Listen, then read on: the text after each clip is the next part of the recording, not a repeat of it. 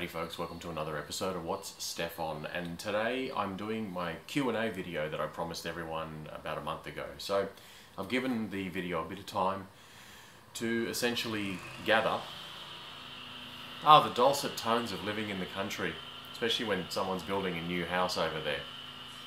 I hope you can't, no, you can probably definitely hear that.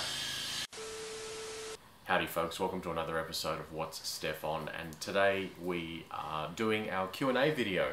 So a few weeks back, about a month ago I think, I did a Q&A video asking you, the viewers and subscribers, to ask me any questions specifically involving getting your bike serviced at a dealership or getting it serviced at an independent mechanic. There are pros and cons to each of these, and I'm going to answer some of these questions. And I'm also going to share some of my own opinions. MadGirlMotoAdventures, Eb down in Tasmania, check out her channel, links down below, asks, definitely keen for this Q&A. I've had positive and negative experiences with both dealerships and independent mechanics, and from my experience, the quality of service I've received from either mechanic depends on how assertive I am in ensuring that my bike remains a priority in their eyes, and how much BS I am prepared to take. I have my own pros and cons in both opinions too, so I'm interested in hearing others' opinions. I'll try to think of some questions. Well, you haven't really asked a question, but I will say one thing, and I'm sad to say this. I've experienced this as a customer with friends, and I've experienced this as a mechanic, and I've also experienced this as a workshop manager. Female customers suffer. I've seen sexual harassment. I've seen inappropriate behaviour. I won't go into the details on what I've seen and heard, but when I was a workshop manager, on a number of occasions I remember being told, and this is by no means something I'm looking for praise or any sort of applause or anything like that, is that female customers have said to me, "Oh, thank you for looking after me, thank you for looking after my bike, thank you for being honest with me, thank you for your communication, thanks for looking after the bill," where in some cases I've given them a discount for some of the work that literally took 5 minutes. And let's face it, the goodwill that you can gain from any customer regardless of their gender, just by looking after them a little bit, well, it goes a long way.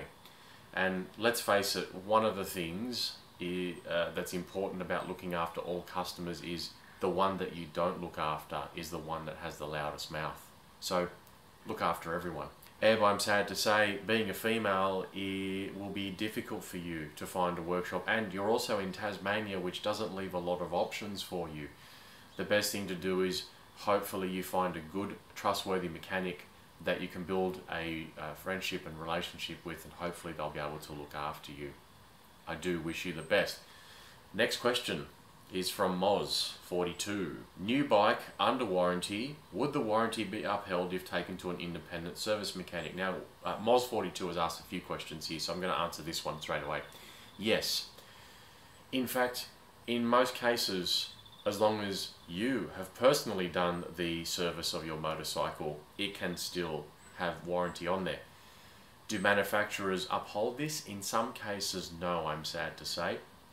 However, in answer to this question specifically, if you take it to an independent service mechanic, yes, your warranty is still valid. Number 2, is it worth doing a mid-service oil and filters change done by me?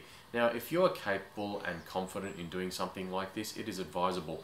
Doing oil changes more regularly on your motorcycle will not harm it in any way. In fact, it's a benefit. When I was a service manager at a bike shop a little while ago, we would recommend the customers bring their bike in before the recommended service intervals of the manufacturer, only because we felt that the 10 or 15,000 kilometers was a little bit too far between oil changes. And I have to say, I know synthetic oils are getting really good these days, and so are engine tolerances and machining and things like that. It's rare for us to find a bike these days that leaks oil or anything like that. However, I will say that 10,000 kilometers, that's a long time for the same oil to be doing its job in your motorcycle engine. So if you want to do it sooner, go right ahead. Question number 3, Moz42 asks, is, I suppose this is more of a statement than a question, I asked the service agent, what torque setting should I use on the sump plug? The response was, just do it up tight. Your thoughts? Doesn't matter if you don't want to go into this one. I have my own thoughts about it. Torque settings are there for a reason. Now, when you're doing up your sump plug or a lot of other bits and pieces on your motorcycle engine, if you're servicing things yourself, most bolts and screws are stainless steel. They're hard, they're tough, and they are often being screwed into an alloy engine. Alloy blocks, alloy cylinder heads, you name it. Alloy is very soft and very brittle. And what often happens is things like sump plugs. I've seen many that have been broken inside an engine casing. I've seen spark plugs that have been broken inside cylinder heads. And a lot of the times the repairs on these sort of things, if you are lucky, are extensive. If you are unlucky, require brand new engine parts such as cylinder heads, which can cost thousands of dollars. So Moz, great questions there. I hope those help you out. What I want to say about torque settings is you'll be surprised how low a torque setting your sump plug needs to be. Usually around the 20 to 25 Newton meter torque setting.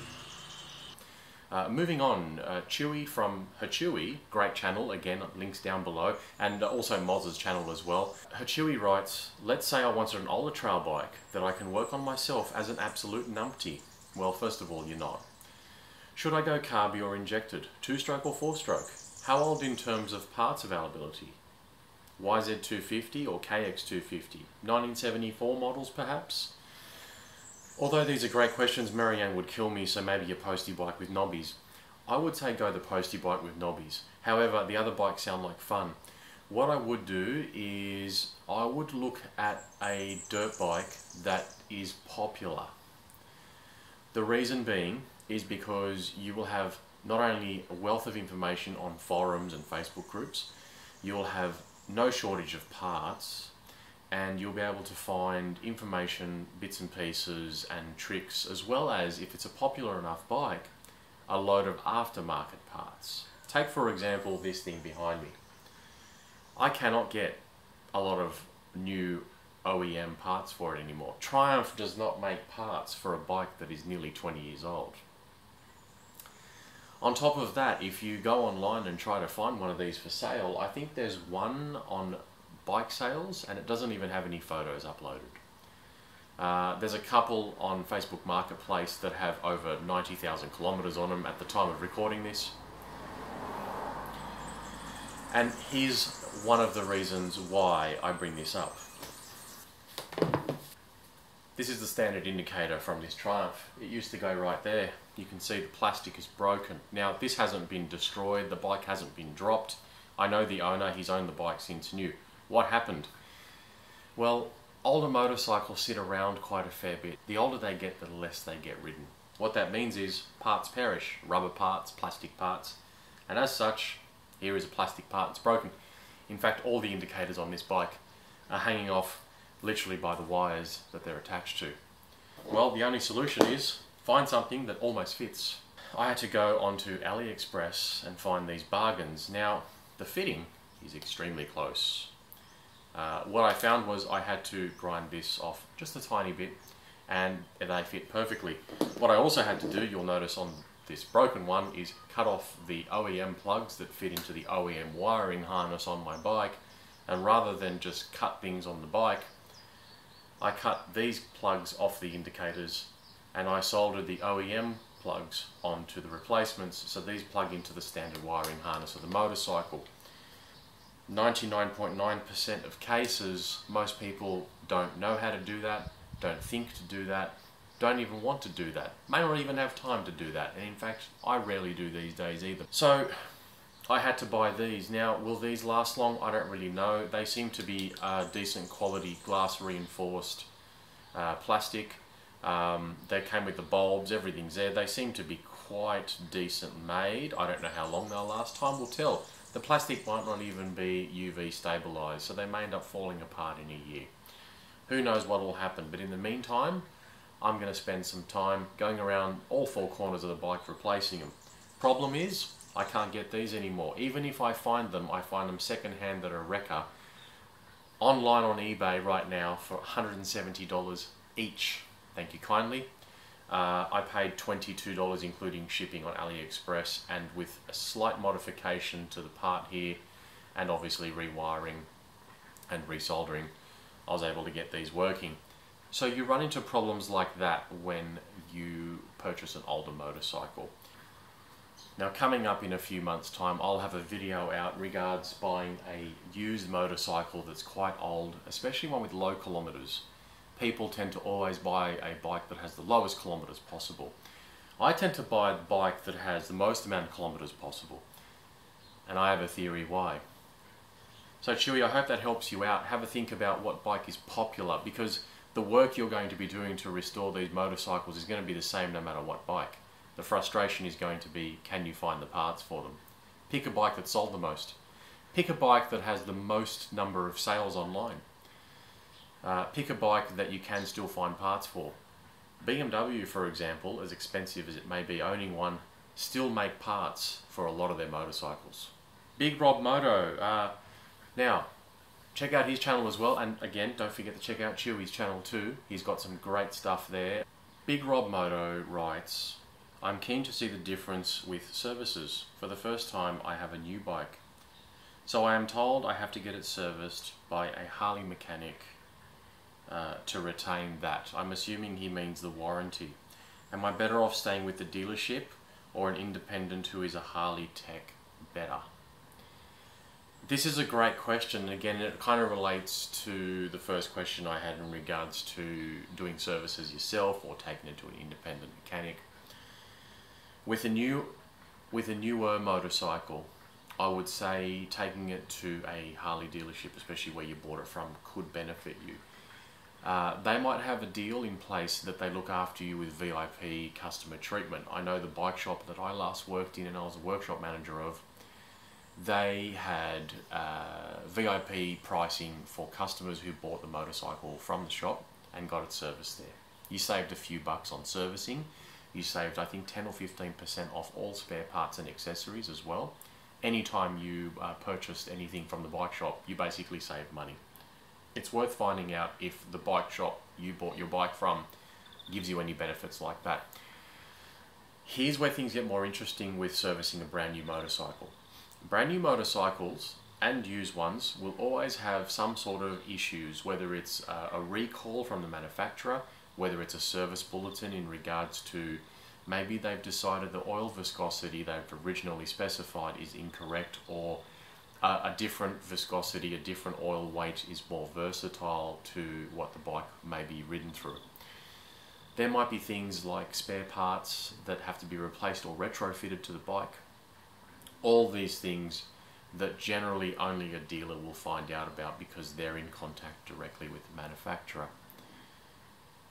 These are things that an independent mechanic completely misses out on, and unfortunately that means taking your bike to an independent mechanic does mean that your bike will get serviced properly, it will get looked after and all that sort of thing. However, when it comes time to flashing the ECU, updating software, especially these days with all bikes basically having rider modes and electronics and all sorts of things, what you want is you want a motorcycle shop that is up to date with that kind of thing. I can't service the throttle bodies or ECU or anything. It's all completely locked down unless I'm a Harley technician with the Harley mechanic software that's going to allow me to do that. You at home will not be able to do that. The independent mechanic will not be able to do that. You are left with no choice but to take it to a Harley dealership. So, Big Rob, you got a brand new bike. I guess the only suggestion I can make to you is see what benefits you get from taking the bike back to the place you bought it from, if you did buy it from that same dealership. If they can't work out a deal or look after you in any way, then find another dealership, because paying extra to get the bike serviced correctly is worth the money. 10 years down the track where it won't matter because the manufacturer won't even be sending updates to the dealerships anymore about that bike specifically, then yeah, take it to an independent mechanic. There's some really good independent mechanics out there. Great question. That's a topic that I'm going to talk about in another video in regards to what is actually better, taking your bike to an independent mechanic or a dealership. But that is possibly one of the biggest arguments for taking it to a dealership is that you are getting that knowledge and that access to OEM parts, as well as the OEM original support from the manufacturer in regards to, like I said, recalls, retrofit parts, and even changes to specifications, such as especially around servicing and oils. So folks, I hope this video helps you out. Great questions from everyone. I hope to do another one of these in about 6 to 12 months. In the meantime, 2 videos I got coming up. One specifically around buying an older motorcycle despite the low kilometers. What sort of problems have I discovered along the way? And 2, the second video I bring out is going to be specifically around the benefits of taking your bike to a dealership versus taking it to an independent mechanic. Thanks all for watching. I hope you enjoy yourselves. I hope you enjoyed this video. And remember folks, when you're out there riding your motorcycle, the best bike you will ever have is the one you are riding right now.